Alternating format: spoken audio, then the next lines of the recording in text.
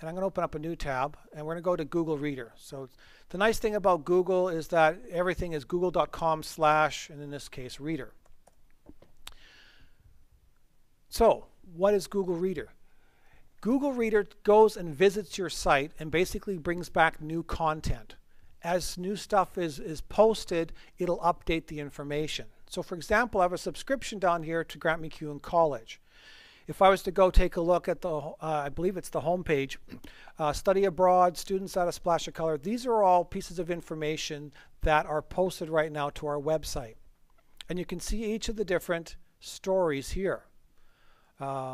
There's the cellist of Sarajevo, storytelling, and if I want more information I can just click on this and takes me to the actual website.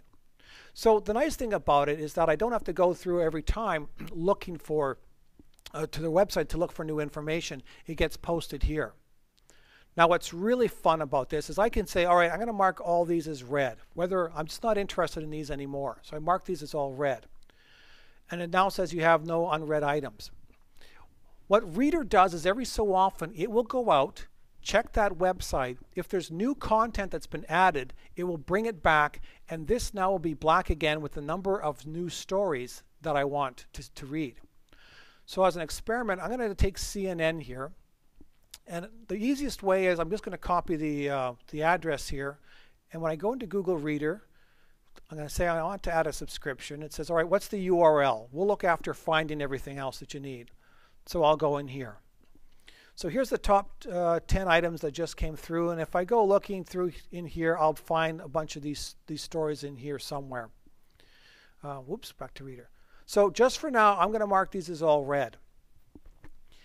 We'll come back in about half an hour or so, or near the end of the class, remind me, and we'll see how many new stories CNN has posted. And we'll be able to go and see those stories without having to actually go to the website and read all the information. Depending on how these different companies set up what they're called RSS feeds, I can either get the whole story, or sometimes I have to go visit the actual website to get the information.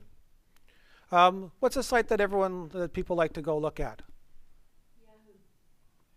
Yahoo. Yahoo? Okay. Okay. I don't even know where to go looking for that one, so I'm just going to do the simple thing.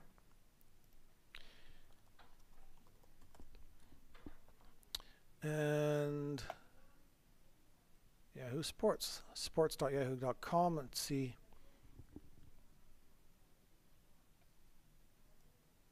I'm just going to copy this then.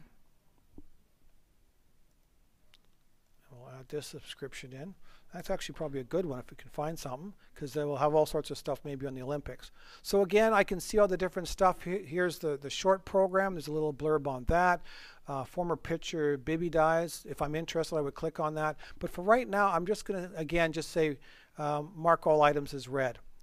And we'll come back in a little while, and we'll see once it updates what new stories we get to see. Any questions on Reader?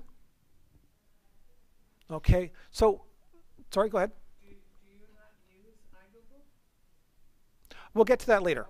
Yeah, iGoogle is a place that brings, iGoogle is a place that brings all these features together. So, but you can access these all separately.